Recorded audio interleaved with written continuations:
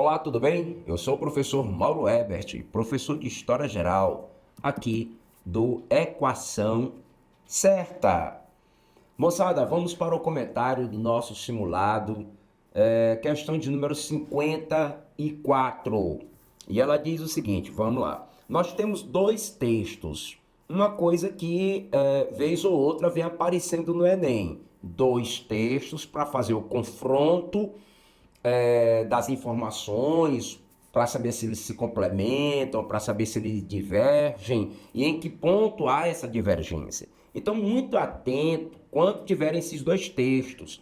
Busquem a informação, a mensagem dos dois textos para saber se há um complemento ou uma objeção, né? Ou eles se opõem. Então vamos lá, primeiro é o texto 1. Os gregos e romanos surgem como bastante liberais.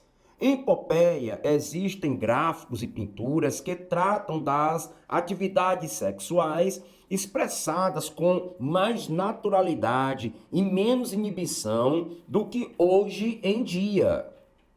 O falo, pênis, personificação do deus Faxínios, era venerado como símbolo da fertilidade e da abundância. Esculpido em vários tamanhos e diversos materiais, esse símbolo era excluso de qualquer conotação obscena. Ele era excluso de qualquer conotação obscena e encontrava-se tanto nas habitações particulares como nos edifícios públicos. Então, o texto 1, ele está destacando como que a sexualidade ela foi vista na Antiguidade Clássica, Grécia e Roma, e de uma certa forma até mesmo com um caráter sagrado, com um caráter divino. Nós tínhamos uma personificação do falo, né, na figura de uma divindade, está aqui colocando, né, personificado no deus Faxínios. Então nós temos monumentos de pênis, nós temos monumentos de falos. E o texto também coloca que esses monumentos, feitos de diversos tamanhos e materiais, estavam dentro de casas particulares, quanto estava em locais públicos, em edifícios públicos. Afinal de contas, era uma representação de uma divindade. Então, compreendido o texto 1.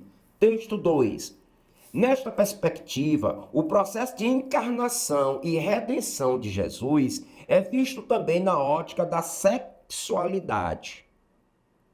Jesus veio ao mundo através de uma santa e milagrosa exceção, que fez do ventre de Maria um habitat sagrado, não contaminado pelo sêmen dos descendentes de Adão. Por isso, Jesus também é o redentor da nossa humanidade, pois estaria livre em seu ser de ter sido contaminado pelo pecado original, desde que este é transmitido pelo ato sexual, do qual Maria não participou. Bem, no texto 2, dentro de uma perspectiva religiosa, especialmente desenvolvida na Idade Média, você percebe que no texto 2, o que houve foi uma dessacralização da atividade sexual. Né? O texto 2 coloca que a figura de Cristo, Jesus veio de uma exceção, uma milagrosa exceção. Ele veio de uma fecundação que ocorre sem que haja o ato sexual. Por quê? Porque na percepção teocêntrica medieval, o ato sexual ele está envolto de uma atmosfera pecaminosa. Né? O pecado original, o sexo, ele macula o corpo e a alma. Então, nesse sentido, Cristo não poderia vir do ato sexual. Então, veja como os dois textos eles trazem uma visão contraditórias, né? Visões contraditórias com relação ao mesmo tema, com relação à sexualidade. Em um primeiro texto, essa sexualidade ela foi encarada com muita naturalidade e, inclusive, não só naturalidade, mas sacra. A sexualidade ela estava no campo do sagrado, enquanto no texto 2, desenvolvido principalmente por conta do teocentrismo medieval, nós vamos ter essa sexualidade em volta agora de uma atmosfera pecaminosa.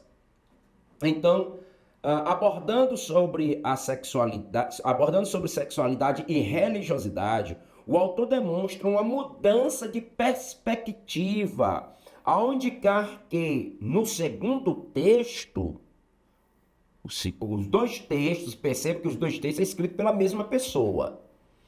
E o autor, ele aborda a sexualidade primeiro na Antiguidade Clássica e depois na Idade Média. Então, ele mostra que essa sexualidade e a religiosidade, e os dois textos falam da mesma coisa, a sexualidade e a religiosidade, mas o autor demonstra uma mudança de perspectiva ao indicar no texto 2 que essa sexualidade, ela foi o quê? Ela foi dessacralizada, né? Então, você vai ter justamente ali na alternativa letra B, a dessacralização do sexo. Beleza, gente boa? Essa foi bacana, né? Valeu!